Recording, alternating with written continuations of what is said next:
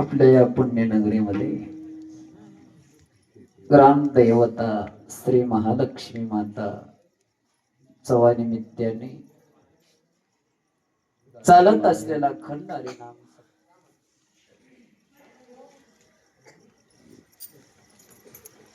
सप्त्यातील आज शेवटचा दिवस, सांगता दिवस, पूर्वरात्र सांगता. आणि आज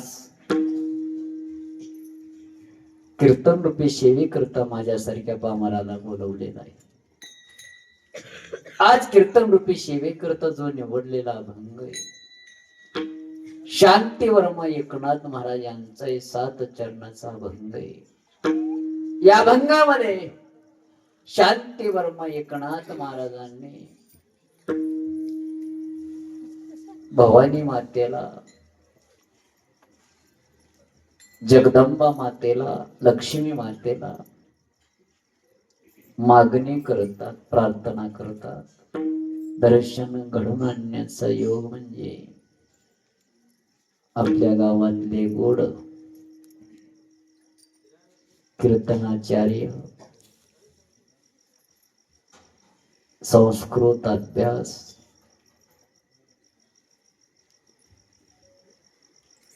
आणि बरेच विद्यार्थ्यांना घडवतात अशी असणारे हरिभक्ती फ्रेंड मंगलाताई, त्यांच्या संपर्कानुसार या ठिकाणी येण्याचा योग आला. आणि सतत संपर्क करणारे आपल्या गावातले गोड व्यक्तिमत्व आदरणीय नंदू महाराज, आणि तसेच असणारे सतत संपर्कामध्ये हरिभक्ती फ्रेंड आदरणीय बालाजी दादा बिरादा, सतत त्यांनी संपर्क केल्यामुळे येण्याचा योग आला. आल्याच्या नंतर या कीर्तनाला परिसरामधले पंचक्रोशी मधले आलेले सर्व भजनी मंडळ विठ्ठल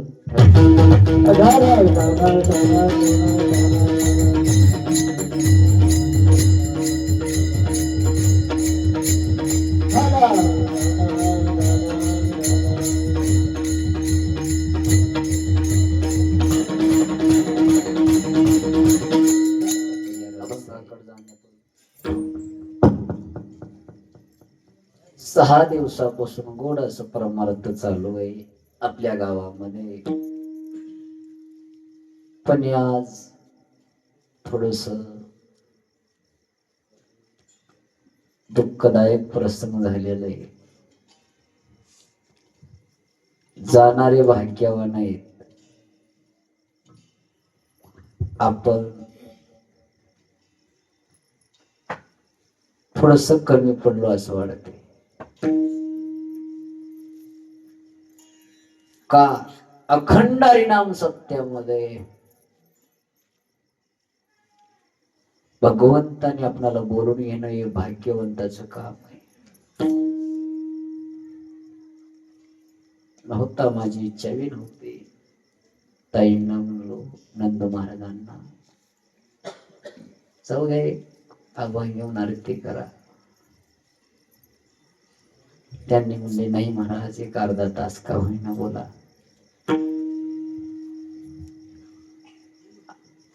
आणि आतापर्यंत त्यांनी इथंच होते असं ऐकण्यात आहे. दुःखाचा प्रसंग आहे.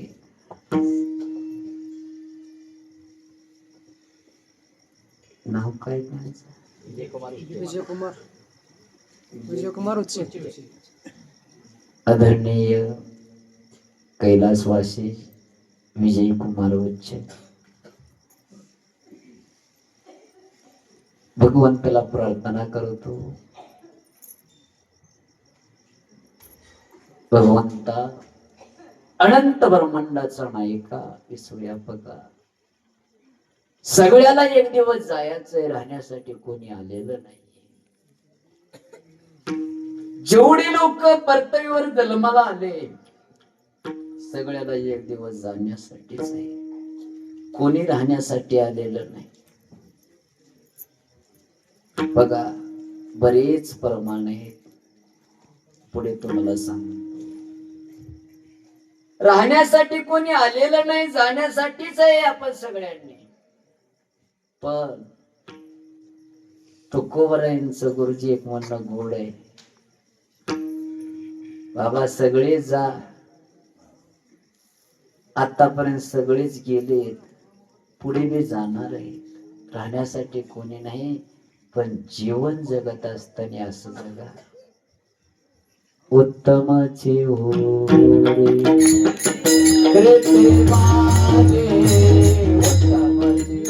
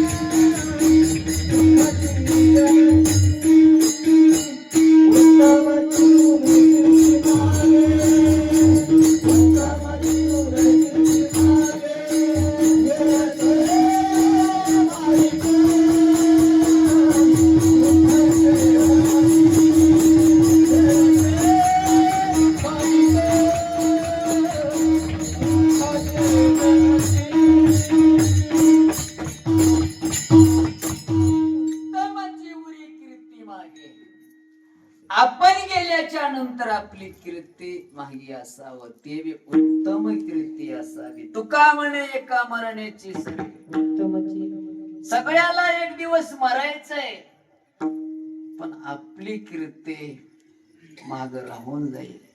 ज्ञानोबराय निघून गेले, पण ज्ञानोबरायांचा अजून सुद्धा लोक 700 वर्षापासून कोणी विसरले नाही.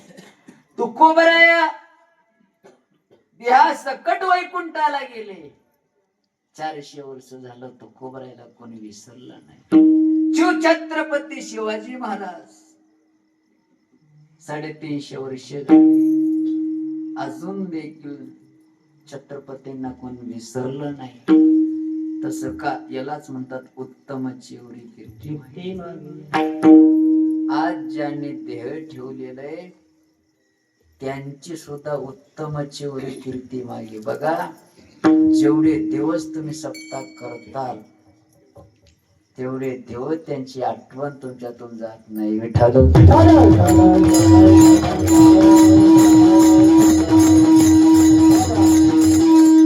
भाग्यवान आहे, सगळ्याला जायचं आहे, पण त्यांनी आजच्या दिवसाला पुण्य केले नाही. म्हणजे सगळ्या गावकऱ्यांच्या आठवणीमध्ये ते राहून गेले. ज्या दिवशी गाता पूजा झाली, अरे गेल्या वर्षी होते रे बाबा गुरुजी आमच्या गावात सप्त्यामध्ये मोठा सप्ताह. शेवटला काल्या डॉक्टर साहेब काल्या दिवशी 20 क्विंटल अन्न शिजतो. आता बी बर सप्ताह 4 सप्ते होतात, एका सप्त्याचं सांगायला. गाता पूजा दिवशी जवळ जवळ बघा 5000 लोक राहतात गाता पूजाला. आणि गात्यावरचं भजन फडावरचं म्हणलं तर कमी नाही. बघा असं 3 ते 4 तास पाऊल खेळतात, आनंद लुटता आनंद. आमच्या गावामध्ये लैनमीन पोते साहेब म्हणून होते, त्यांना भजनाची लय आवड. बघा गाता भजनामध्ये गाता पूजा दिवशी एवढे नाचले, उड्या मारले, फुगड्या खेळले, नाचणं नाचणं नाचणं 3 तास सहज बसले. छाती दुखायला लागली, पाणी आणून पाहिजे. पाणी पिल्याबरोबर देवाचं नाव घेतले आणि जीव सोडले. विठ्ठल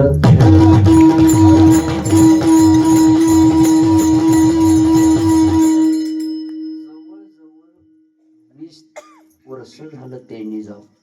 अजूनही आम्ही गाता पूजा दिवशी त्यांना 2 मिनिटं उभं राहून श्रद्धांजली वाहता. का? चंद्र सूर्य असेपर्यंत त्यांचं नाव अमर आहे. तसं आपल्या गावातली ज्यांनी देह ठेवलेलं आहे, चंद्र सूर्य असेपर्यंत त्यांची कीर्ती उत्तम झाली. विठ्ठल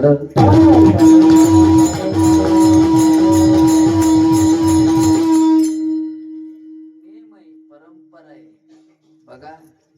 असं म्हणतात, पंढरपूरचे महान तपस्वी कैकाडी बाबा जाधव पंढरपूरचे, त्यांचे पुतणी परमपूज्य गुरुवर्य सद्गुरु रामदास महाराज जाधव बर का, त्यांनी कीर्तन करत असताना हो अर्ध कीर्तन झालं.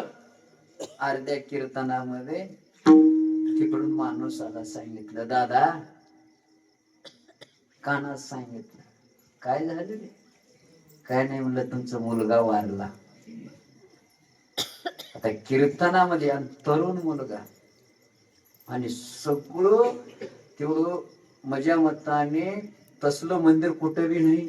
पंढरपूरला गेल्यानंतर कैकाडी बाबाच्या मंदिरात जाऊन बघा, कुठून घुसायचं आणि कुठून बाहेर निघायचं काहीच कळत नाही. एकदा मध्ये गेले की 5 तास बाहेर येताच येत नाही, असलं मंदिर आहे. आणि त्यांचे वारीदार असणारे सगळं सांभाळणारा प्राध्यापक येऊन सांगितल्याबरोबर तुमचा मुलगा वारला. तर त्यांनी कैकाडी बाबांचं एक कीर्तनामध्ये परमान ऐसे मेले कोट्यान कोटी काय रडू एकासाठी. अरे त्यानं गेलं, मी का राहणार आहो का? आनंदामध्ये कीर्तन केले आणि परंपरा चालू ठेवली. साधू जगद्गुरु तुकोबरायांचे कीर्तन चालू असताना कळालं मुलगा मेला, सोडले नाही. हो परंपरा आहे बघा. अनेक आपल्या फळावर सुद्धा झालेलं आहे अशी घटना, अनेक महात्मांच्या प्रसंगामध्ये आलेलं आहे. तसं आपलंही प्रसंग आहे, पण आपलं जे नेम आहे सोडता येत नाही. कारण आज कीर्तन बंद ठेवलं तर जे गेलेत ना त्यांना फार अवघड वाटते. अरे माझ्यामुळं माझ्या गावातल्या सप्त्यातलं कीर्तन आज बंद झालं, मी किती दुर्दैवी आहे असं त्यांना वाटते. आता बरेच ठिकाणी गेल्याच्या नंतर भजन लावतात, भजन लावतात, रात्रभर भजन करतात. नुसतं भजन नाही, मी कीर्तन केलं त्यांच्या ठिकाणी बरेच ठिकाणी. आणि एक नाही, रात्रभर कीर्तन. 5-6 महाराजाला बोलवायचं, प्रेत पुढं आणि कीर्तन करायचं. पण ते बी काही कीर्तनाचे अभंग आहेत बरं, पण कोणते बी अभंग घेता येत नाही त्या ठिकाणी. त्याची पद्धत आहे, त्याची निमोळी. मैताच्या ठिकाणी कोणतं अभंग घ्यावं, शेवटची माझी बोलवण करा, परतुनी घरा जावे तुम्ही, कर्म धर्म तुम्हा असावे कल्याण, द्या माझा वचन. म्हणजे असे बरेच अभंग आहेत. यासाठी केला होता हा शेवटचा दिवस. हा म्हणजे हे अभंग ज्या दिवशी गेले त्या दिवशी घेऊन याच्यावर चिंतन करायचे. तसं परंपरा आपलं नेम चुकवता येत नाही आणि त्यांना अवघड मध्ये टाकायचं नाही. तरी सुद्धा मी म्हणलो माझी मनस्थिती आहे. डॉक्टर साहेब मी म्हणलो मजानं बोलणं होत नाही बाबा. म्हणजे नाही महाराज तुम्हीच विचार करा. आणि मी बसल्या ठिकाणी विचार केलो. मी फोन लावलो आमच्या एका महात्म्यांना, कसं करू महाराज? नाही म्हणले कीर्तन करायचं. तर आपणच करता ना, प्रेत असताना करता. हो, दुःख आहे आज, पण त्यांच्याही आत्म्याला शांती लाभण्यासाठी आणि हे श्रद्धांजली म्हणून काय होईना आपणाला कीर्तन करावंच लागते. म्हणून मी कीर्तनाला उभा राहिलो. विठ्ठल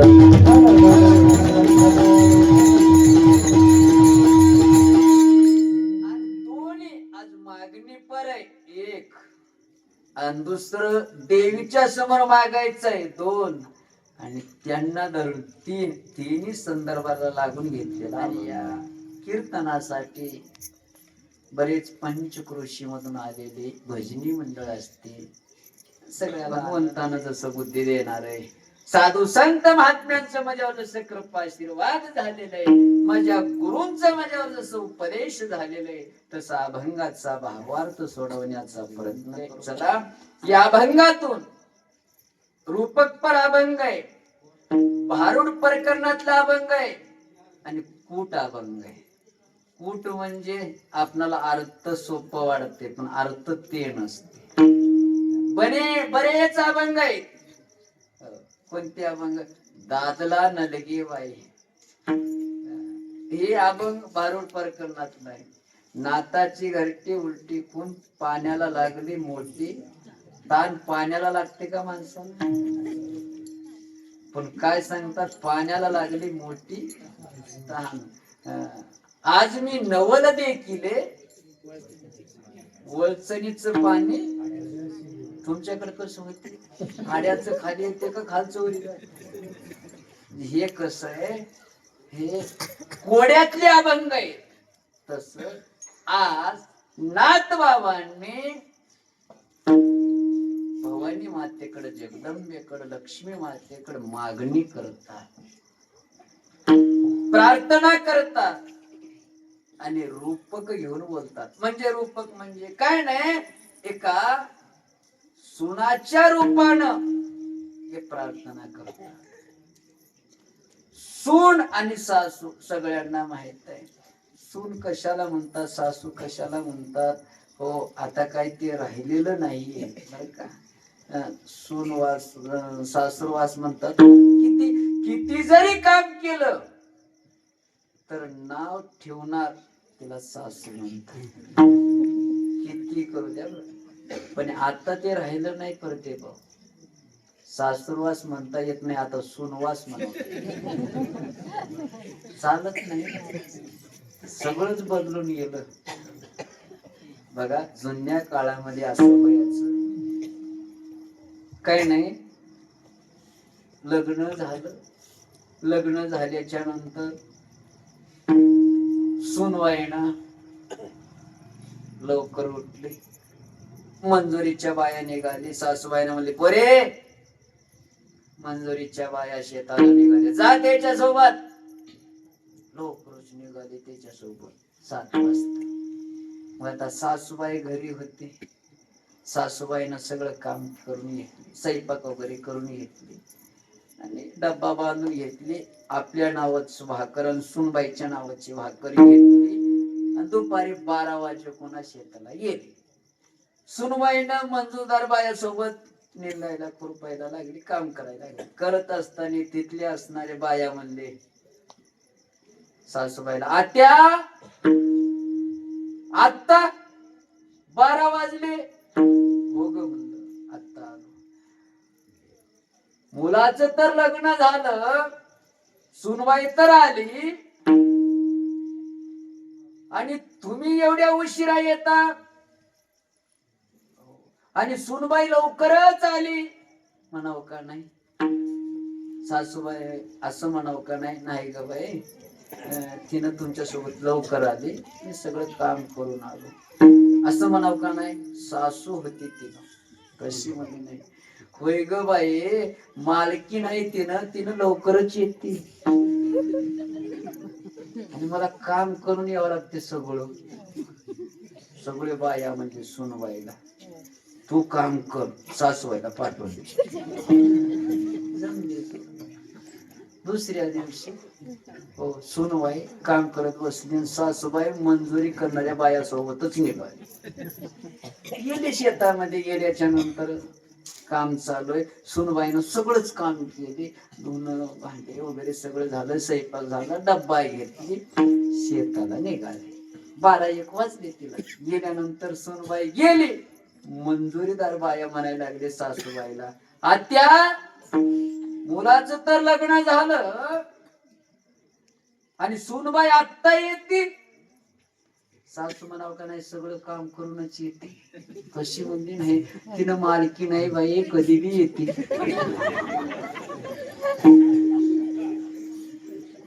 आता सुनबाई कस करावं सांग. मंजुरीचे बाया म्हणले, एक काम कर बाई, लवकर उठ, लवकर काम कर, सासूबाईला घेऊनच संग निघतो.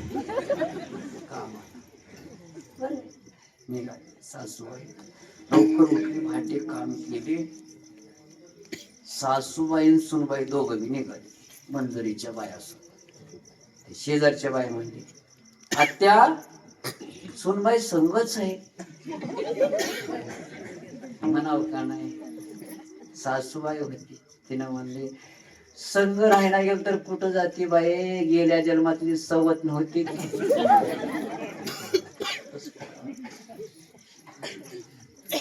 तिला सासूरवास म्हणतात. कसं बी जर वागलं तिथं नाव ठेवणार, पण तव ठेवत होते धनाजी भाऊ, आता नाही. आता सासूबाईच भिवून वागावं लागलं. खाल्लं तर खा, नाही तर असे. अगोदरच सांगितलं. त्या सुनबाईला फार त्रास झाला, फार त्रास झाला. त्रास झाल्याच्या नंतर त्या सुनबाईनं आपल्या माहेरा निघून गेली. माहेरा निघून गेल्याच्या नंतर, माहेरा गेल्यानंतर 4 दिवस, 8 दिवस, 10 दिवस, 15 दिवस राहिल्याच्या नंतर मग गप्प बसावं. आता आई म्हणते, पोरे 15 दिवस झालं तू आली इकडं. हो, कधी जातोस. तिनं म्हणली, मला जायचं नाही, आता मी जातच नाही. का जात नाही, मला जाऊच वाटत नाही, मी जातच नाहीये. मला फार त्रास आहे, सासूचं, सासऱ्याचं, देराचं, जाऊचं, नंदाचं, नंदाच्या कार्ट्याचं, नवऱ्याचं भरपूर त्रास आहे, मी जातच नाही.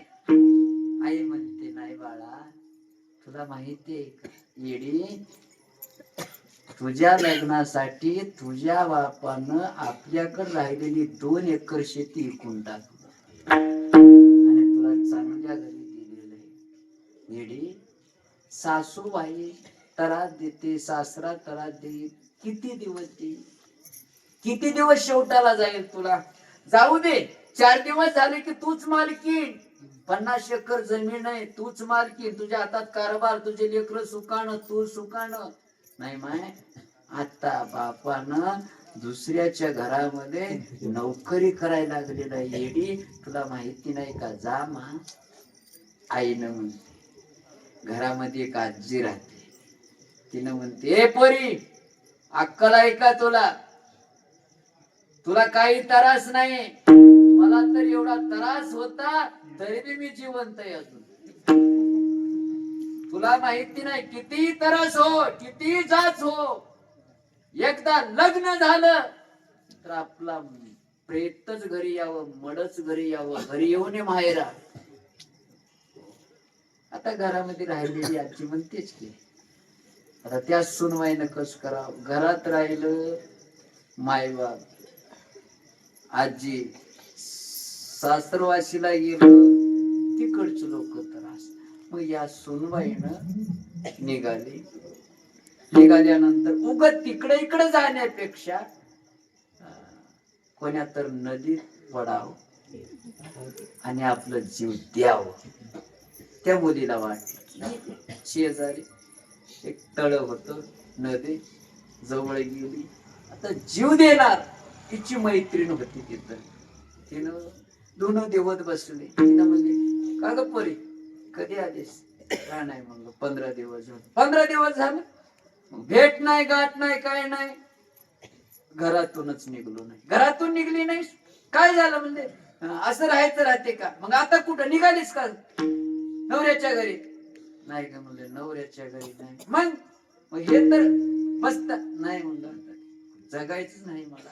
कस काय नाही म्हणलं, नवऱ्याच्या घरी फार त्रास आहे. माय बापाला सांगायचं, सांगितली. माय बापाला सांगितलं तर मायना असं म्हणायला लागली, आजी असं म्हणायला लागली, मेल तर तिकडच जा पण इकडे येऊ नको. आता मी मरायलाच आलो.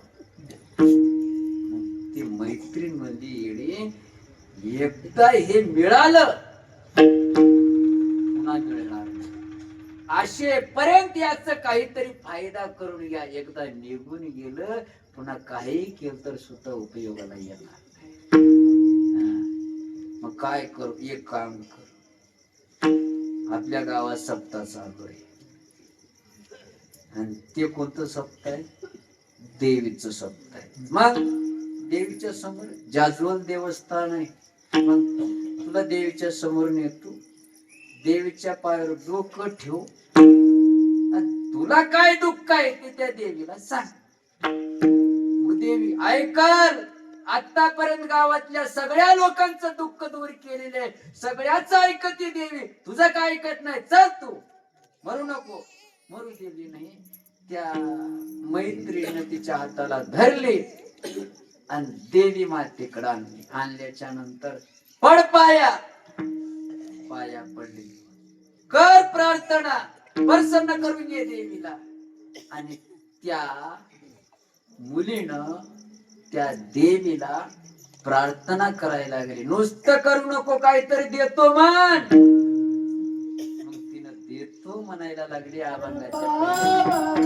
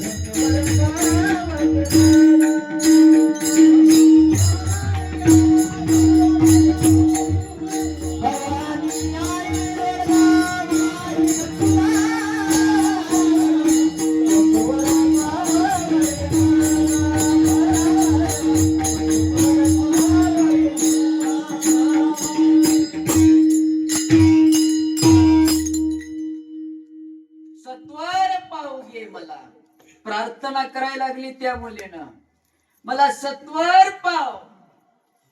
आणि मी तुला रोडगा वाचतो. रोडगा म्हणजे एक पदार्थ असतो बरं, ते देवीला चढवायचं असतो. आता महिला मंडळीला माहित आहे, आपण घट बसवता नवरात्रामध्ये, आणि ते पदार्थ रोडगा नावाचा पदार्थ, ज्वारीचं पीठ, गव्हाचं पीठ, हरभऱ्याचं पीठ, मध्ये गुळ साखर टाकतात आणि असं पदार्थ करतात आणि त्या देवीला चढवतात. ते असणार त्या देवीला प्रसन्न करून घेण्यासाठी, म्हणजे ते आवडणारा वस्तू आहे. तस देवी माता सत्वर पाव, सत्वर पाव घे मला रोडगा वाहतो. चला हे झालं, हे मुलीच आहे. पण तेच रूपक नाथ बाबांनी सुद्धा पांडुरंग परमात्मा देवीच्या समोर हीच प्रार्थना करतात. का पांडुरंग देवी आहे का? देवी सुद्धा आहे. म्हणून अनेक अभंगामध्ये माझ्या पांडुरंगाला आई, बाई, माई असं शब्द वापरलेले आहे. ये ग विठाबाई, ये ग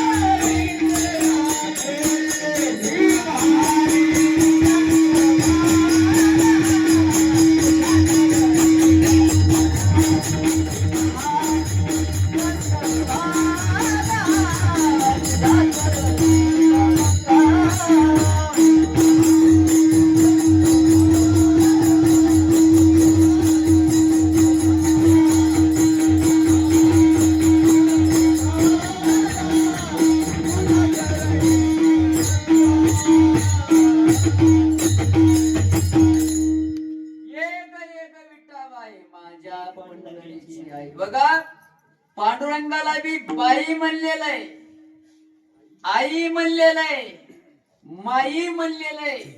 म्हणजे स्त्रीला जसं बोलतात तसं देवाला म्हणलेलं आहे. कारण देव बापही आहे आणि माई आहे. म्हणून असणारे नाथ बाबांनी पांडुरंग परमात्म्या देवीच्या समोर प्रार्थना करतात. चला दोन्ही भाग सांगतो बरं का. थोडं थोडं सांगत पुढे निघून जातो. एक, त्या सुनबाईनं म्हणायला लागली सत्वर पाव. नाथ बाबा म्हणतात लवकर भेट. सत्वर म्हणजे लवकर. लवकर कस कर, उद्या भेटलं तर चालत नाही का? ते सुनबाईनं म्हणली चालत नाही, कारण नाही भेटलं तर जीव जाणार आहे. म्हणजे उद्याची गॅरंटी राहिलेली काय राहिली नाही. आजचं प्रसंग तसलंच आहे. त्यांनी बी आनंदामध्ये होते. परमेश्वर महाराजचे कीर्तन ऐकतो म्हणून मी घरून निघाल्यावर बी चांगलीच, जवळ आल्यानंतर, घरी आल्यानंतर मला सांगितले आत्ता झाला अर्धा तास. काय गॅरंटी, कोणाची काय गॅरंटी? क्षणभंगुर नाही बरवस वारे सावन तोडा माया आशा. साधू संतांनी सांगितलेलं आहे माया सोडून द्या, आशा सोडून द्या. उद्यापर्यंत राहतो याची गॅरंटी नाही, आणि उद्यापर्यंत सोडून द्या कीर्तनाची आरती घेतो याची गॅरंटी नाही. अहो परवाचा प्रसंग आहे. परभणी जिल्ह्यामधले 2 रत्नावर गोड मृदंग वाजवणारे गोड, त्या जिल्ह्यामध्ये त्यांच्या जोडीला ताण नव्हता. असं तुम्ही युट्यूब काढून बघा, त्याचं नाव टाकून बघा. दत्ता महाराज, माऊली महाराज असे बघा, टाकून बघा.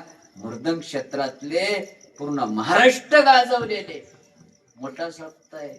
आणि मोठ्या सप्त्यामध्ये 2 मृदंग असं जुगलबंदी वाजवले, जुगलबंदी. आणि सप्ताह त्यांचं गाव थोडस लांब होतं. कीर्तन झाले की त्यांनी निघाले. दररोज जाणं येणं करत होते. कीर्तन झाले की घरी जायचं, दुसऱ्या दिवशी कीर्तनाला यायचं. निघाले आणि निघत असताना घरी फोन केले, मी निघालो, अर्धा तास पर्यंत येतो, थोडं नाश्ता करून ठेव. म्हणजे आम्हाला सवय आहे, कीर्तन झाले की भूक लागते. मग तिथे गेल्यानंतर कर म्हणजे कोणा इथून निघाले की त्यांनी सांगायचं करून ठेव. हा बरं तुम्ही या की मालक. बायकोनं सांगितली या. कसं अर्ध्या तास मध्ये येणार त्यांनी. बघा वाटच बघत राहील. ऍक्सिडेंट झाला, सोन्यावानी माणसांनी म्हणून गेले विठाल.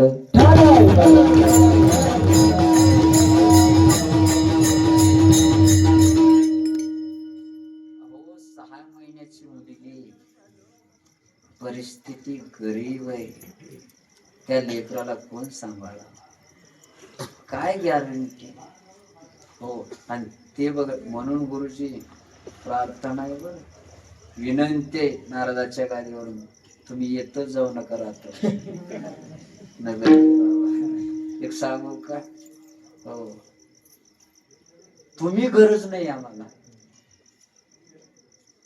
हो तुमची गरज नाही, पण जिथं तुम्ही असाल ना तिथलं ते प्रेम आम्हाला गरज आहे. एकदा माणसं निघून गेलेत ना, फार त्रास होते, फार त्रास होते. हो जगू शकत नाही, शक्यच नाही बरं का. आज पूर्ण परभणी जिल्हा मोठे मोठे महात्मे रडायला लागले, आम्ही पोरक झालो म्हणून. नाही बघा, परमपूज्य गुरुवर्य गाता मूर्ती असणारे ज्ञानेश्वर कंठस्य असणारे चैतन्य महाराज देगलूरकरांनी सुद्धा कीर्तनामध्ये वर्णन करावं. गाता मूर्ती असणारे उमेश महाराज दशरथांनी वर्णन करावं, बाळू महाराज गिरगावकरांनी रडावं. गॅरंटी नाही, त्याच्यासाठी लवकर भेटा, गॅरंटी राहिली नाही माझी. लवकर प्राप्त व्हा देवी माता, लवकर भेटा, सत्वर पावणे मला, सत्वर लवकर भेटा. बघा, जिंदगी एक किराये का घर आहे, एक ना एक दिन निकलना पडेगा.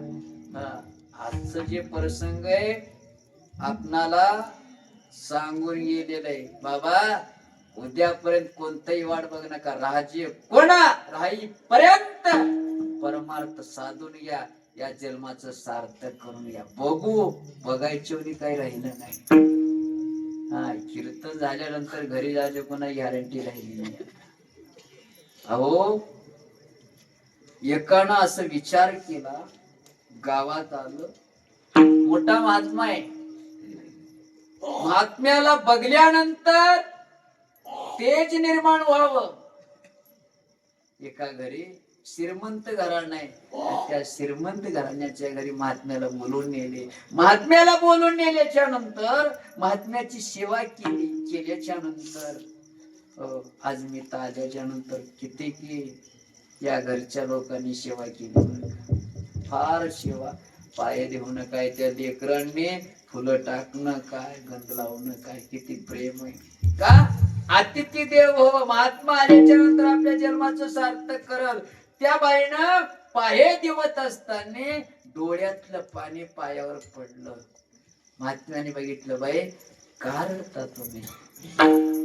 दुसऱ्याने सांगितलं, महाराज बघा एवढं वय झालेलं आहे पण अजून यांच्या घरामध्ये संतान नाही. 100 एकर जमीन आहे पण संतान नाही. महाराजाच्या मुखातून सहज निघालं, पुत्रवती भव. आणि असं म्हणायला मुलगा झालाच. पुन्हा पुढच्या वर्षी पर्यंत मुलगा दिसायला लागलेला आहे. मुलगा दिसत असताना महात्मा अधिकारी होता, गेल्याबरोबर महाराज या तुम्ही आमच्या घरी बोलून नेले. बघा तुम्ही आशीर्वाद दिलात, एका वर्षामध्ये मुलगा झालेला आहे. मुलानं पाया पडत असताना मुलाच्या कपाळावर महात्म्याने बघितलं. बघितल्यानंतर त्याचं भविष्य कळालं. का 12 वर्षाला मरणार आहे, मी दिलेलं आहे, 12 वर्षाला मरणार आहे. आणि कसं मरणार आहे, हो अंतर्ध्यानानं बघितलं. अमावस्या दिवशी, पोळ्याच्या अमावस्या दिवशी आणि तो जाणार आहे 12 वर्षाला. तिथी लिहून घेतली महाराजांनी, तारीख डेट म्हणजे तिथी लिहून घेतले, वर्ष लिहून घेतले, निघून गेले. आणि त्याच वर्षी उद्या अमावस्या आहे, पुन्हा 12 वर्षाला महाराज त्याच गावात आले. 12 वर्षाला आल्याच्या नंतर त्या महात्म्याने, महाराज बघा तुमच्या आशीर्वादाने मुलगा झाला, आठवण आहे का. आठवण नाही, चला आमच्या घरी बोलून नेले. 12 वर्षाचा मुलगा दिसला. हे तुमचे आशीर्वाद आहे महाराज. बघा लेकराकडे बघितलं, उद्या मरणार आहे, कपाळावर दिसलं. पण महात्मा म्हणला आपण प्रयत्न करून बघावं, मरण येऊ नये. महाराज उद्या सण आहे, पोळा आहे, आमच्याकडं सण साजरा मोठा करता, बैल आहेत आमच्याकडं. महाराज 1 दिवस मुक्काम करा, उद्याचा दिवस राहा. हो म्हणला, नाही राहतो पण एक अट आहे. काय अट आहे, काहीच नाही, एक काम करा, सकाळी उठणं स्नान झाल्याबरोबर तुमच्या लेकराला माझ्या हातात द्या. एवढंच, दुसरं काही नाही. देतात. स्नान झाल्याबरोबर लेकराला नेऊन, अरे महाराज पशी बस बाबा. बसले, हाताला धरून बसले. आता ते गडबड करायचं, उठायचं, मी बैल होतो, मी ते झूल आणतो, मी गोंडे बांधतो, असं तर नाही म्हणलं, काहीच करायचं नाही, बस महाराजा बसले. असं तस संध्याकाळचे 4 वाजेपर्यंत महाराजांनी हलवून दिलं नाही. आणि 4 वाजता ते बैल वगैरे फिरतात, ते गोंडे वगैरे बांधायचे, असं ते उतरंडीमध्ये गोंडे वगैरे ठेवलेले काढत असताना मधून साप निघाला. साप निघाल्याबरोबर कळालं हे साप चावणार आहे. साप, अरे झाकण लावा. ते उतरंडीचं असं झाकण लावले. एक काम करा, न्यामलं ते मारुती मंदिराकडे नेले. आता मारुती मंदिरापाशी बैल फिरवायचं धिंगाणा असते. आणि त्या महाराजाने त्या लेकराला मंदिरापासून असं 3 मजली बंगला, आणि त्या बंगल्यावर उभा राहिले. आणि वरून महाराज म्हणतात, अरे झाकण काढा. झाकण काढले आणि ते उतरंडी फोडल्याबरोबर असं काळं नाग निघालं, साप निघाल्याच्या नंतर असं बघायला लागलं. लोकांनी म्हणले, साप कोणाला तर चावल, मारा निघाला. तिथं असते ते सगळ्याच्या हातामध्ये येळूच लाकूड असते, आणि त्याला इळती असते माहिती आहे ना, त्याला असते. आणि एकानं म्हणलं, अरे काय बघता, कोणाला चावल. मारलं आणि ती इळती लागली. असं फडा काढलेलं, तेवढं शेंडा उडाला, आणि इथं मारलं तर इथून उडाला. जिथं लेकरू त्याच्या अंगठ्याला चावलं, लेकरू गेला. विठालं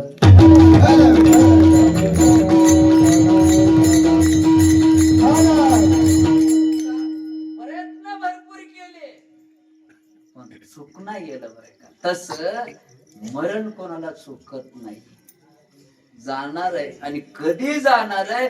9वीं मर गए, 10वीं मर गए 1788. अरे 33 कोटी देवता मर गए. सगळे एवढंच नाही, आजानेला पंजानेला बाप मसना गेला. देखत ना तो हे कैसा झाला. बाबा सगळे गेले, 9 ग्रह गेले, 10 अवतार गेले, 88,000 ऋषी गेले, जोगी मर गए, जंगम मर गए, सगळेच गेले. तिच्यासाठी कोण राहण्यासाठी आलेलं नाही. एक सांगतो, कीर्तन राहील, कीर्तनकार जाईल, पकवाज राहील,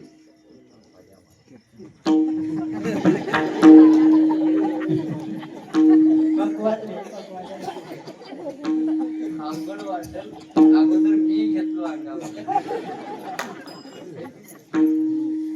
आता म्हणू का गायन राहील, पुढचं म्हणू का आता चॅनल राहील,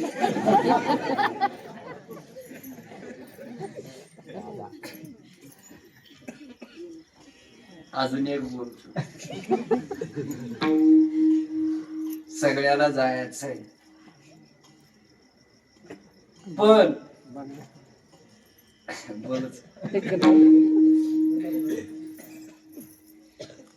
तुम्ही जाणार, सगळे जाणार, राहण्यासाठी आलेलं नाही. हो, पण माझ्या मनात असं आहे, हो मी आज कोण जाऊ नका. हे जे प्रेमाचे लोक आहेत ना, माझ्यात तेवढी ताकद नाही सहन करायची.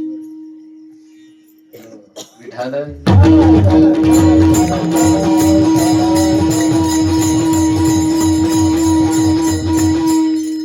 सगळे जायचं त्याच्यासाठी. त्या सुनबाईने म्हणायला लागले, सत्वर पाव. काय झालं म्हणे, निघालं. एक महात्मा बसलेलं आहे, तपाला बसलेलं आहे. तपाला बसल्यानंतर जाता जाता एका राजानं बघितलं, महाराज ताण लागली, पाणी मिळेल का? बोलाय तयार नाही. मी या देशाचा राजा आहे, नगरीचा राजा आहे, आणि मला बोलत नाही. राग आला. त्या राजानं जात असताना मेलेला साप त्या महात्म्याच्या गळ्यात टाकलं आणि ते महात्म्याचा मुलगा शृंगी नावाचा ऋषी बघितलं, अरे माझ्या बापाचा अपमान ज्यानं केलेलं आहे त्याला मी शाप देऊन टाकतो. हे साप ज्यानं गळ्यात टाकलेलं आहे हे साप 7 दिवसाला जिवंत होईल आणि 7व्या दिवशी ज्यानं अपमान केलेलं आहे त्याला हे साप चावल आणि यानं मरून जाईल. बापाला कळालं, अरे हे काय शाप दिलेलं आहेस? नाही म्हणलं तुमचा अपमान. अरे अपमान करणारा आपलाच आहे.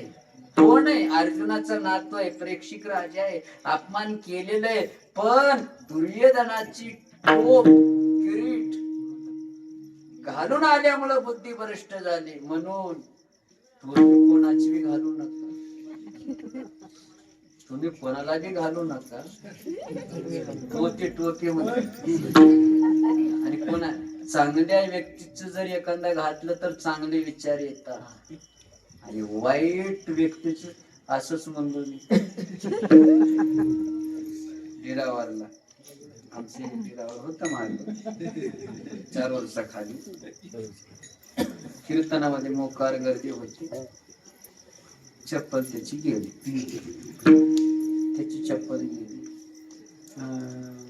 महाराज चप्पल गेली, चप्पल गेली, चप्पल गेली. मी म्हणलो उग असत म्हणून हान कोणाचं, हान कोणाचं हानलं खळखळ अडीच त्याची गेली, त्याला सापडली माझी गेली. बघा बघा बघा बघा बघा तिच्या पाय बघलो मजत दिसत तिच्या पाय काय म्हणला तुमच्यापेक्षा मग चांगल्या माणसाची हाना.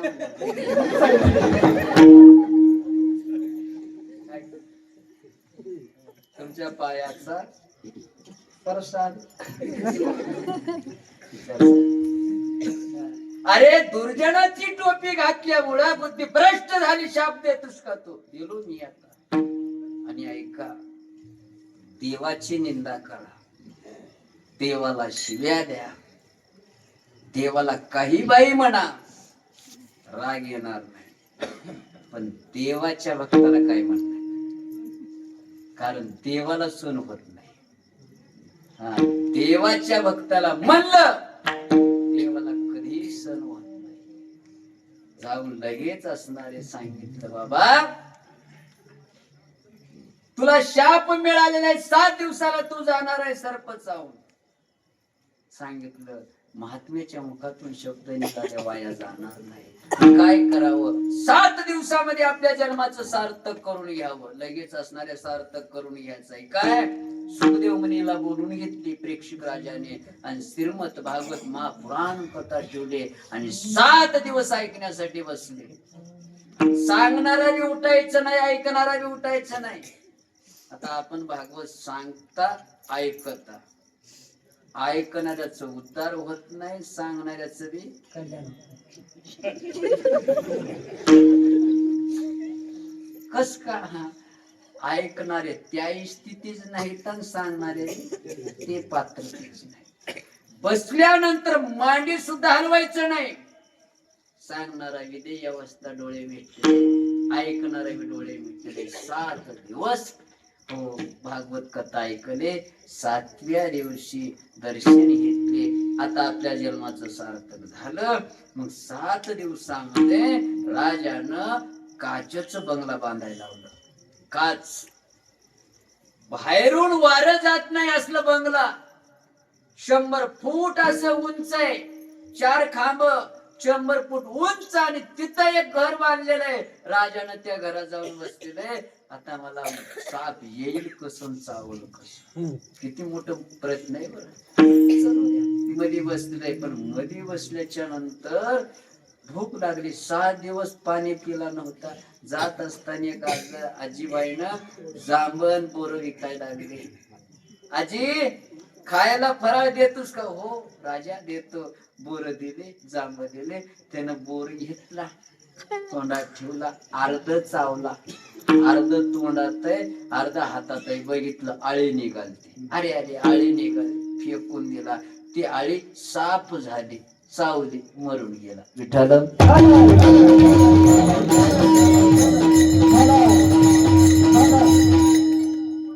जीवन जाणार आहे.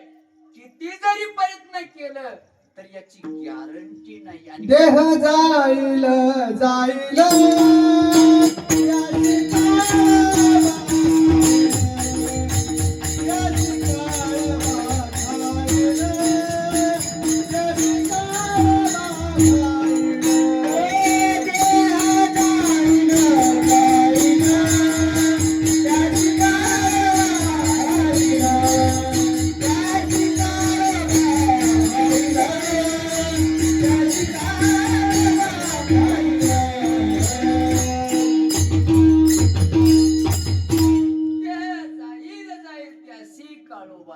म्हणून हो हे सांभाळून घ्या.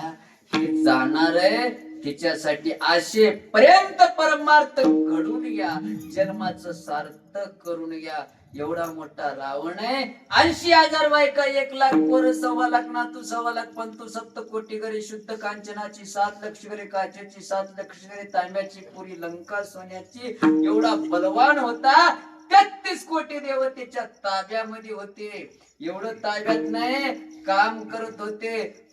बिन पगारीचं काम करणार, 9 घराच्या असं पायऱ्या केला, त्यांच्या छातडावर पाय देऊन शासन गादीवर बसणारा, एवढा बलवान असणारा रावणाकडे बघा. 2 भाऊ, एक देवाला जिंकणारा, देवाला ताब्यात ठेवणारा, आणि दुसरा ब्रह्मांडाला एका घासामध्ये गिळणारा कुंभकर्ण.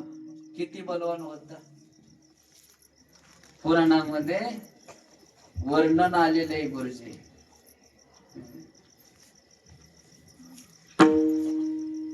लांबे रुंदी 90 गाव, कुंभकर्ण त्याच नाव.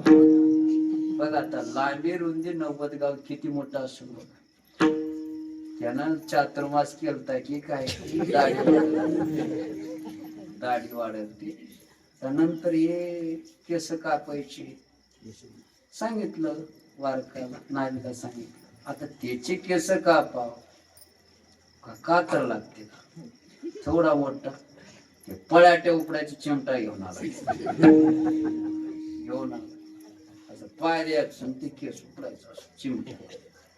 ते झोपलेलं श्वास घेणं, श्वास घेतात असं नाकातून वारं गेलं, याच चिमटाच मध्ये.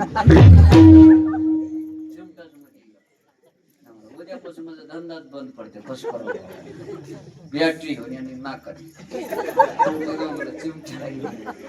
मध्ये गेला. मध्ये यानं गेला, तिकडून एक माणूस निघाला, तिकडून निघाला. बारीक दादा तुम्ही कस का मध्ये? हा मी कस का होईना, तू मध्ये काय करावं, काय सांगावं, माझं राहू दे, तू कस काय? काय नाही बापू म्हणला, हे दाढी करायला आलो, याच्या वाऱ्यानं माझं चिमटाच मध्ये. किती झालं? 4 तास झालं म्हणला मध्ये चिमटा बघायला. येडायस म्हणलं, अक्कल नाही काय नाही तुला. 6 महिने झालं म्हणजे 6 गाडव मध्ये फिरायला एवढा मोठा बलवान कोण? कुंभकर्ण. आणि एवढा मोठा बलवान कुंभकर्ण, त्याचा दादा रावण होता. रावणाला वाटलं मरण येऊ नये, ब्रह्मदेवाला बोलून घेतलं. ब्रह्मदेवा तुमच्याकडे काहीतरी लिस्ट आहे म्हणे. आहे. मरणाची यादी आहे. सांगा बरं माझं मरण कधी आहे? ते सांगता येत नाही, ते जमतच नाही, ते भेटतच नाही मुलं. ते वेळ आलताच भेटल. ती कोणाच्या हाताने मरण आहे तर सांगता येते का? डोळे मिटून बघितले सांगता येते. सांगा बरं. या परतवी तलावर एक पुण्य नगरी आहे, अयोध्या नगरी. अयोध्या नगरीमध्ये एक पुण्यवान राजा दशरथ राजा, त्याला 4 मुलं, राम, लक्ष्मण, भरत, शत्रुघ्न. आणि 4 मुलं. मोठा मुलगा राम आहे, रामाच्या हाताने तुमचं मरण आहे, त्यानंच मारणार आहे तुम्हाला. रावण म्हणला, राम कुठे आहे अगोदर मला सांगा, जाऊन आताच मारून टाकतो. बर्मादेव म्हणला त्याच्या बापाचं लग्न अजून व्हायचं. बापाचं लग्न झालं नाही ना, मला लग्न सोयरीकच होऊ दे ना, लग्न राहिलं सोयरीक कसं होईल बघू. आता कुठे बी सोयरीक होऊन आलं यानं मोडायचं प्रयत्न करतो. आहेत का गावात? नाही, गाव म्हणलंय की ते जात राहतील. सप्त्याला आडवं येणार, चांगल्या कामाला आडवं येणार. हो, सोयरीक होत असताना मोडणार. लई ताकद त्यांच्याकडे, तप केलेले राहतात ते. आमचे टाळ वाजून छटाकावर आले, सपनात देव आला नाही. आमचं देव ऐकत नसत, पण त्याच बरोबर सोयरे येऊन गेले त्यांनी येतात. राम राम. सोयरे आले मग तुमच्या मुलीला बघायला. देगलूर काढले. काय म्हणणं? काय नाही, चांगला आहे मुलगा, वारकरी घराण्यात आहे, 50 एकर जमीन आहे, सरकारी नोकरी आहे. काय म्हणणं? आमचा विचार चालू आहे देवा, त्याच्या घरी मुलगी देवा, सुखानं नांदते. त्यानं स्वर बदलून बोलते गुरुजी. त्याच्या घरी देता? त्याच्या घरी देता म्हणजे कस का हो का? हा, तुम्ही सगळे एक झाले की मी का बदला? मग तुमची मर्जी, देव वाटलं तर द्या. सोयरीकच मोठा एकच शब्द बर का, सोयरीक. असे जर कोण लोक राहत असत, समजावं रावणातल्या जातीतले अजून आहेत. जायच ना, ते भांडण लावणारे राहूया, बघता बघता भांडण लावून टाकतात. रावण तेच करायला. कुठे बी सोयरीक दशरथ राजाची होणार, काड्या करायचं, सोयरीक मोडायचं. सोयरीक मोडणाऱ्यापेक्षा जोडवणारे सुद्धा हुशार असतात. त्याला पत्ताच लागू दिला नाही, सोयरीक जमली.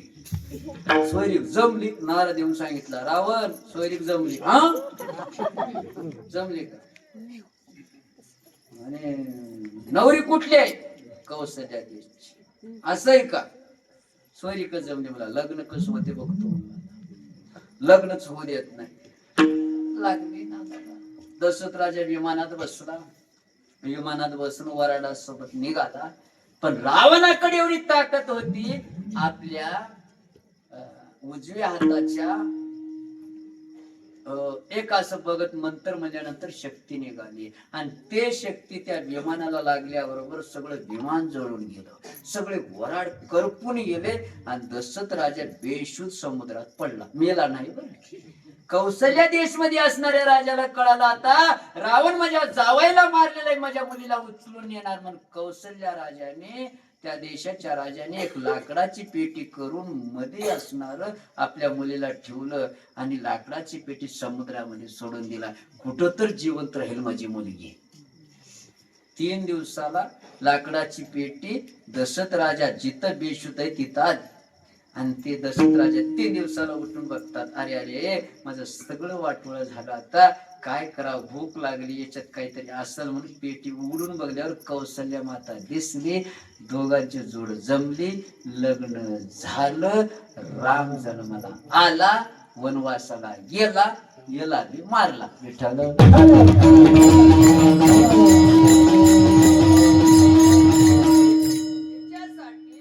सांगतात, गॅरंटी नाहीये. सत्वर पावले मला भवानी आहे, रोडगाव आहे तुला. चला, नाथ बाबा रोडगा म्हणतात, पण रोडगा कोणता आहे? आध्यात्मिक आहे का? रोडगा म्हणजे हे हरभऱ्याचं आणि ज्वारीचं, गव्हाचं पीठ हे पदार्थ करून रोडगा नाहीये. नाथ बाबांनी म्हणतात, शरीर रूपी रोडगा तुला देऊन टाकतो. हे शरीर रूपी रोडगा माता भवानी माता तुमच्या पायावर ठेवतो, आणि लवकरात लवकर मला भेटा. भेटा बोलले की ते देवी माता प्रसन्न झाली. चला, म्हणायला लागली, बाळा काय झालं? काय नाही आई, फार त्रास झाला मला. काय त्रास झालेला आहे? काय दुःख आहे? माझं लग्न झालं. मग लग्न झालं तर हो, माझा सासरा हो फार त्रास देतो. मग काय करायचंय? माझ्या सासऱ्यानं बिदरला गेलेलं आहे. मग बिदरला गेल्यामुळं चिंता करू नको बाळा, तुझ्या सासऱ्याच्या केसालाही काही होऊ देत नाहीये. नाही नाही, ऐकून घे आई अगोदर. काय बिदरला गेलंय ना, त्यानं घरी येऊच नाही अभंगाचं. सासरा माझा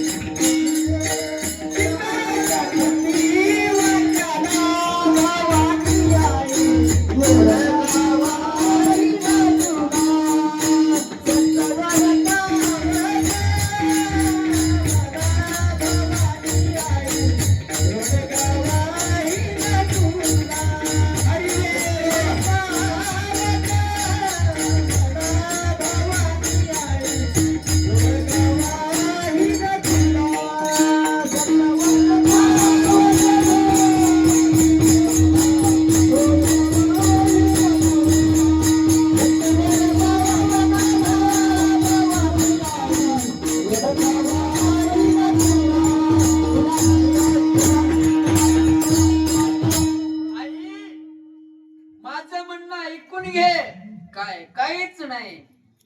सासरा माझा गावी गेला, मग काय करू बाळा? काही नाही, तिकडेच खपवी त्याला. म्हणजे सासरा घरी येऊ नये. माय बरं वाटलं नाही का असं बोलत? काही लोकांना बरं बी वाटत असं. काय बी करा, पण महाराजला दरवर्षी बोलवावं. आमच्या मनातलंच बोललाय. सासरा बी जाऊ दे, सासू बी जाऊ दे,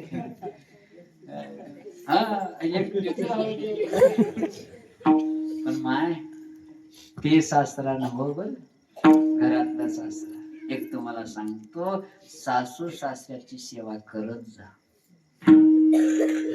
कधी सोडायचं नाही. कारण मी कधी सांगत असतो, 1,00,000 प्रदक्षिणा काशीला जाऊन घातलं तर तेवढंच पुण्य आहे, परतवीला 3 प्रदक्षिणा घातलं तर तेवढंच पुण्य आहे, आणि एकदा सासू सासऱ्याचं दर्शन घेतलं तर तेवढंच पुण्य आहे.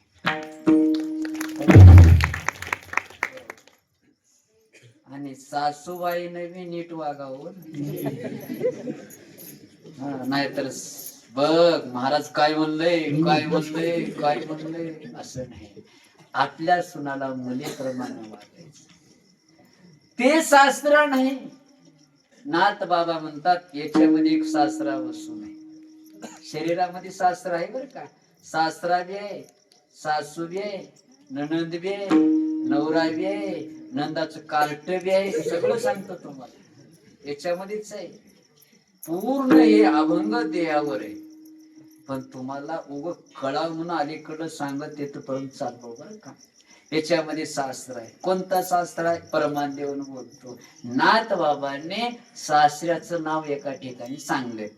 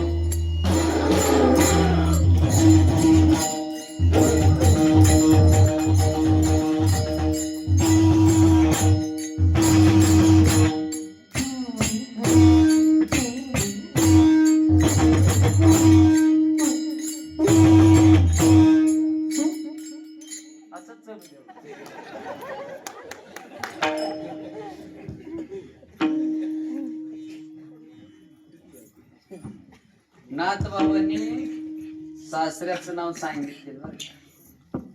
अनादि निर्गुण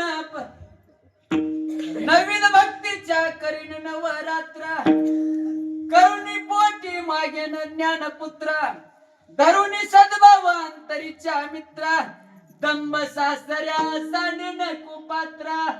कोणता सासरा? दंभ. दंभ नावाचा सासरा याच्यात बसू नये. आणि त्यानं परमार्थच करून देण्याचं बरं. नाथबाबा म्हणतात याच्यामध्ये सासरा बसू नये. मी परमार्थाला निघालो, देवाकडे निघालो, भजनाला निघालो, त्यानं आड येऊन बसाले. असो दंभ नावाचा सासरा. दंभ म्हणजे डुप्लिकेट भक्ती, लोकाला दाखवायची भक्ती, डुप्लिकेट भक्ती बरं का. हो, आता हे असं आपण घेतलं तर काही लोकांच्या अंगात येते म्हणे, येत असेल की बाबा मला काही माहिती, येत असेल की आपल्याला काही ते म्हणायचं.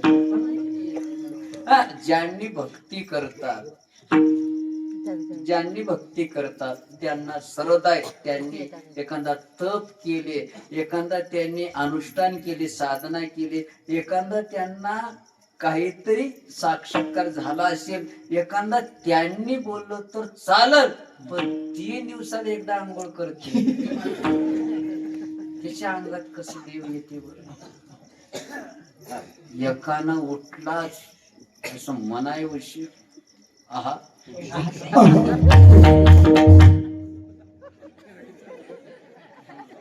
काय झालं बघ बाबा, बघ बाबा, जा पडत ते ना गच्च धरलंय, गच्च धरलंय की चोपदार होत दान. आमच्या धनाजी भाऊ आणि ते हलणार होता मजेवणी असं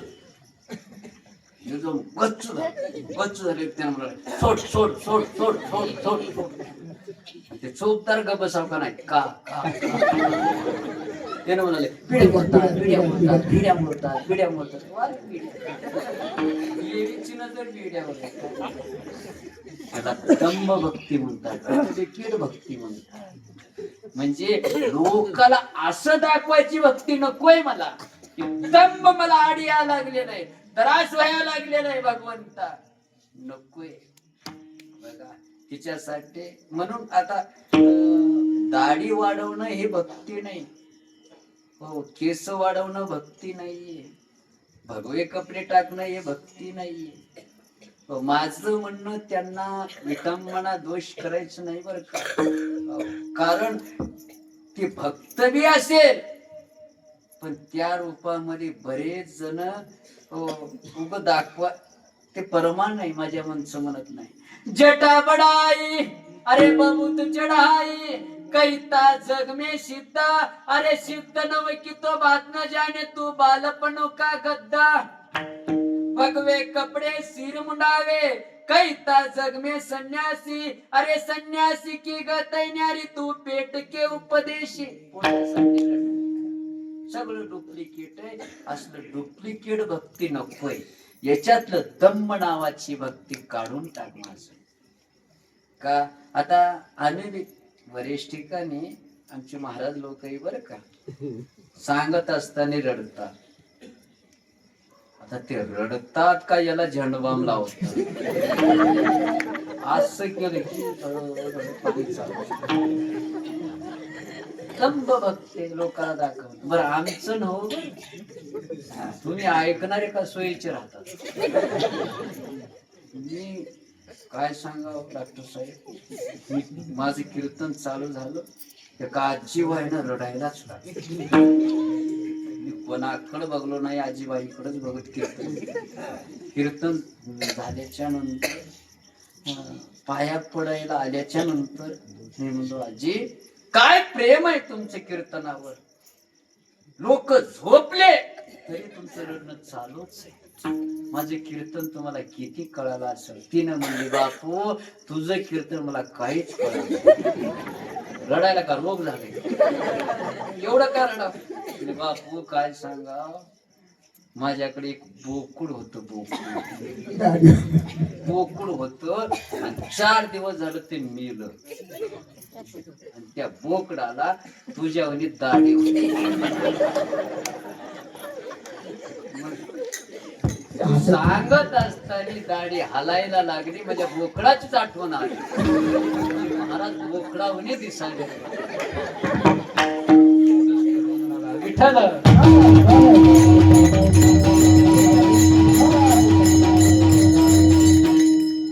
याला दंभ भक्ती म्हणतात बरं का. दंबे करू भक्ती, लोकाला सोंग दावायची भक्ती नसावं, दंभ भक्ती नसावं. म्हणून नाथ बाबाने म्हणतात याच्यातलं जे दंभ नावाचा शास्त्र आहे त्याला लवकर मारून टाका. चला, एक झालं. आणि दुसरं, आता त्या मुलीनं मागायला लागले, सासऱ्याला मारून टाका हो म्हणलं. आता दुसरं आहे काय, सासूले सासू मग काय करू, काहीच नाही. सासऱ्याची माती होईपर्यंत सासूच बी काटा काढा. सासू माझी जाच करते, लवकर निर्दळी तिला. लवकर म्हणजे लवकर का, जास्त वेळ ठेवू नका. सासऱ्याची माती होई येईपर्यंत सोयरे घराकडे बी जाऊ नये, लगे हिची माती. कोणती सासू आहे याच्यामध्ये, सासू आहे कोणती सासू, कल्पना नावाची सासू. कल्पना नावाची सासू आहे.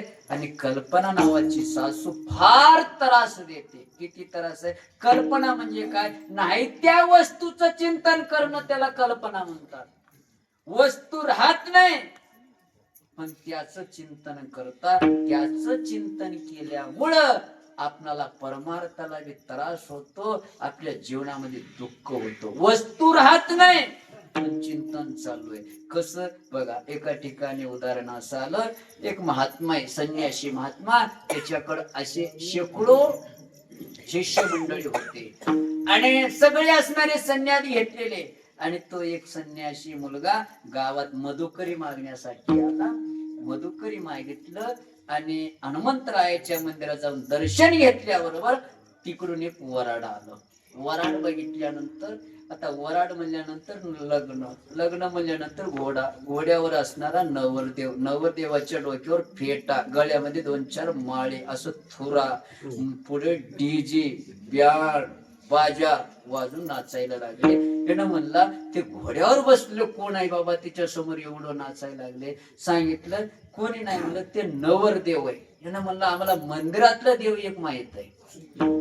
ते कोण आहे, ते म्हणला जन्मामध्ये सगळ्याला एकदा देव होता येते. त्यानं म्हणलं उगं तर संन्यास घेतलो बाबा, मी बी नवरदेव झाला असलं तर बरं होतं. तिने गेला गुरुजीला, म्हणला गुरुजी आता संन्यास नको, मला नवरदेव व्हायचं आहे. बस एकदा संन्यास घेतल्यानंतर आपणाला पुन्हा संसार करता येत नाही. फार त्रास आहे, अधर्म आहे, ते चालतच नाही. जाऊ दे, आता गुरुजीचं आज्ञा नसल्यामुळं बसले. त्या आश्रमामध्ये एक हिर होती, पाण्याची हिर. हिरीच्या बाजूला ओटा होता आणि त्या ओट्यावर असणार तो पोरगा झोपला आणि झोपीमध्ये त्याला स्वप्न पडलं. स्वप्नामध्ये त्याला सोयरे बघायला आले. सोयरे बघायला आले, सोयरीक झाले, लग्नाची तारीख निघाली, लग्नाचं दिवस आलं, घोडा आला, घोड्यावर बसला, फेटा बांधला, फेट्याला थोर, गळ्यात 2-4 माळे आणि समोर असणार डीजे बँड बाजा सगळं चालू आहे का. स्वप्नात, तुम्ही स्वप्नात राहून झालं. त्यानं म्हणला बरेच म्हणलो पण नाही झालं बाबा.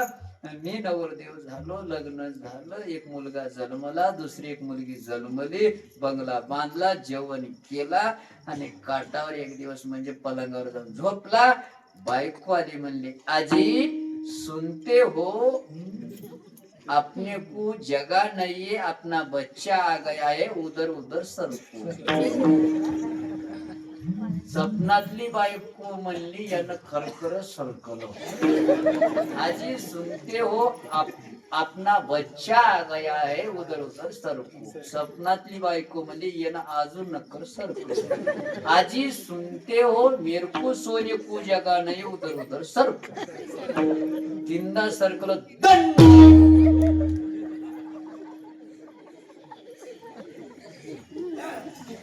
हे बघलंय का म्हणा लोक.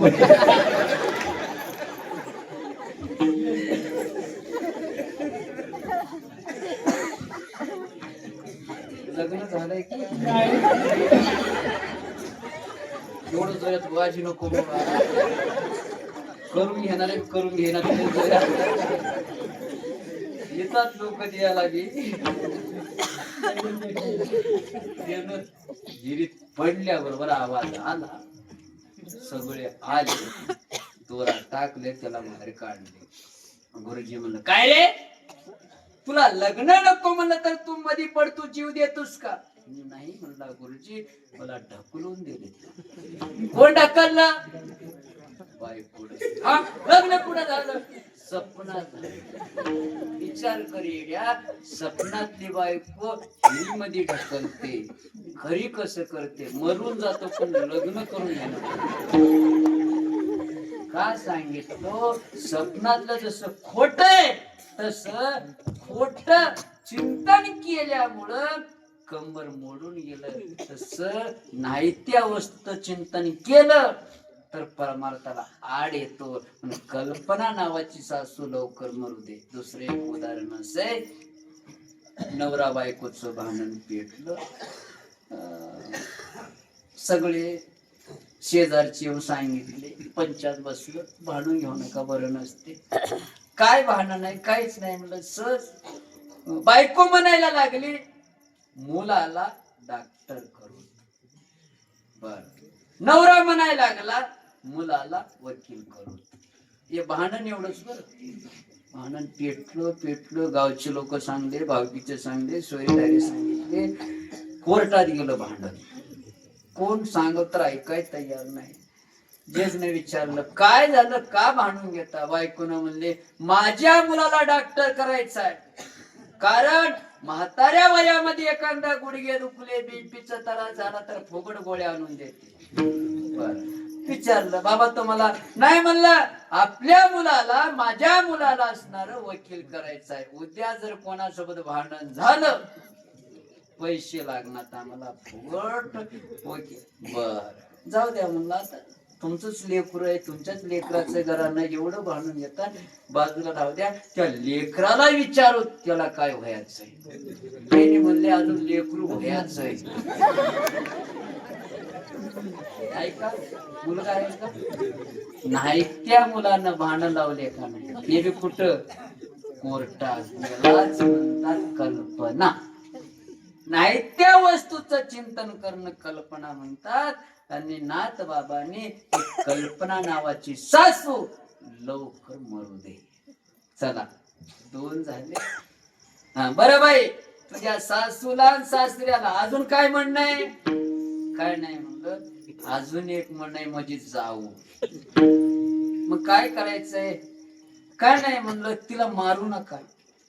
तिला मारायचं नाही तिला जिवंत ठेवा. कसं तिला असं जिवंत ठेवा तिनं मरू बी नाही तिनं वाचू बी नाही. का तिचा अपमान करून टाका. काय अपमान करायचं तिला एक काम करा. जाऊ माझी फडफड बोलते बोडकी कर तिला. बोडकी म्हणजे तिच्या डोक्यावरचे केस सगळेच गळून जाऊ दे. तिनं बालाजीला जाऊन आल्यावर होऊ दे. बर करतो. आता याच्यामध्ये जाऊ कोणते. एक जाऊ आहे बर का. याच्यामध्ये जाऊ वासना रूपी जाऊ. वासना रूपी जाऊ. आणि वासना एवढी डेंजर आहे मी म्हणणाऱ्याला सुद्धा त्रास दिलेला आहे. भस्मसूर मुकला प्राणासी हेची गती झाली वालीसी. विश्वामित्र सारिका ऋषी नाडीला जने. येडका मदन तो केवळ पंचानन. बघा हे वासना असणार एवढं वाईट आहे. आणि तिनं परमार्थाला फार त्रास देतो. वासण्याला मारायचं नाही काय करायचं, त्या वासण्याचं संसारावरच असणार लोभ काढायचं आणि परमार्थामध्ये टेकवायचं. कसं म्हणून तुकोबरायने वासना मरू दे म्हणलं नाही बर का.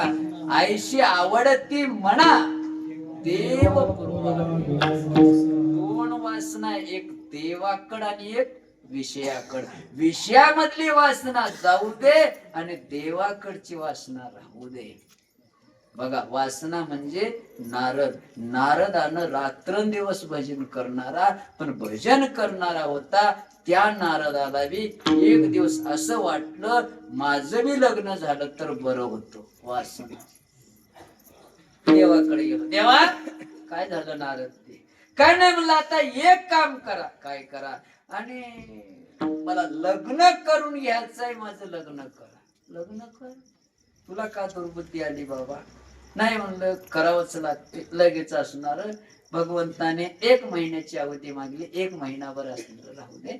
एका महिन्याला कुठला ती सोयरी बघतो. म्हणजे भगवंताने असं विचार केले, 1 महिन्याच्या नंतर याच्या अंतःकरणातलं जे वाईट वासना ते निघून जाईल. 1 महिन्याला लगेच असणारे पुन्हा नारदजी आले. देवा सोयरी विठाल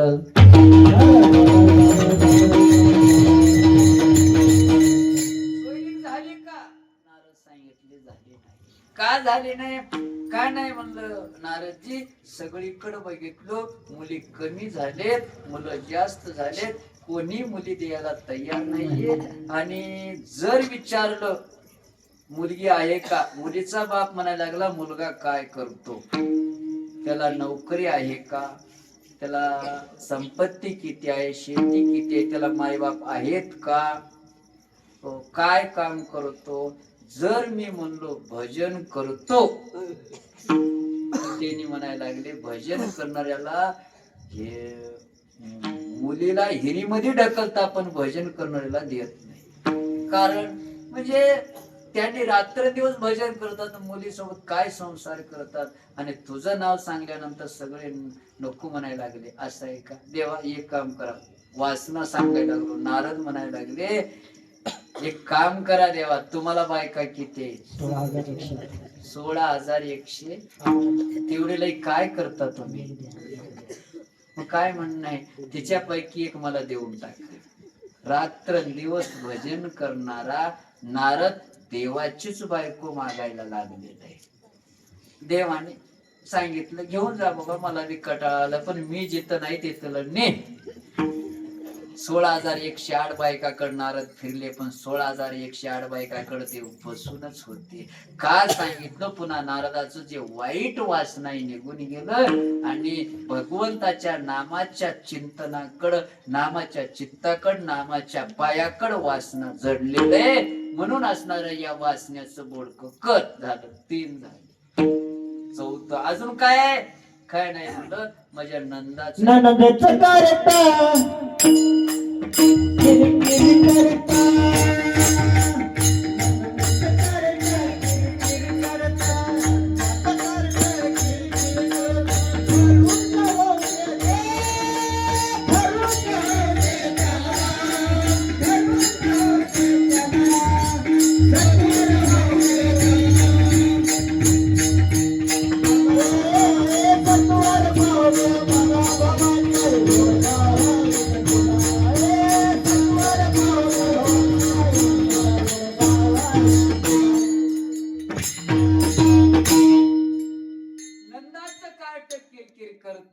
खरूज होऊ दे त्याला. ननंद याच्यामध्ये ननंद आहे, इच्छारूपी ननंद आहे. तिला एक मुलगा आहे, लोभ नावाचा एक मुलगा आहे तिला. आणि लोभ असा आहे परमार्थाला फार त्रास देतो. त्या लोभानं परमार्थ करू दिला नाही. याच्यामध्ये असणारे नाथ बाबा म्हणतात याच्यामधलं लोभ नावाचा कार्ट त्याला खरूज होऊ दे. का? लोभ मरू नये, त्याला एक असं एक रोग व्हावं, त्यानं एका ठिकाणी बसून राहावं, त्याचं चित्त बेचित्त होऊ नये. एका ठिकाणी चित्त असावं. खरूज झाले त्यावेळेला बघा त्याचं मन कशावरच राहत नाही, फक्त माकडावनी खाजायचं राहते. तिच्यासाठी खरूज होऊ दे त्याला. लोभ दुसरीकडे जाऊ नये, फक्त तुमच्या पायाकडे असावं. चला 4 झाले. अजून काय म्हणणं आहे? काय नाही म्हणलं. आता एक म्हणणं आहे, दादला दादला मारून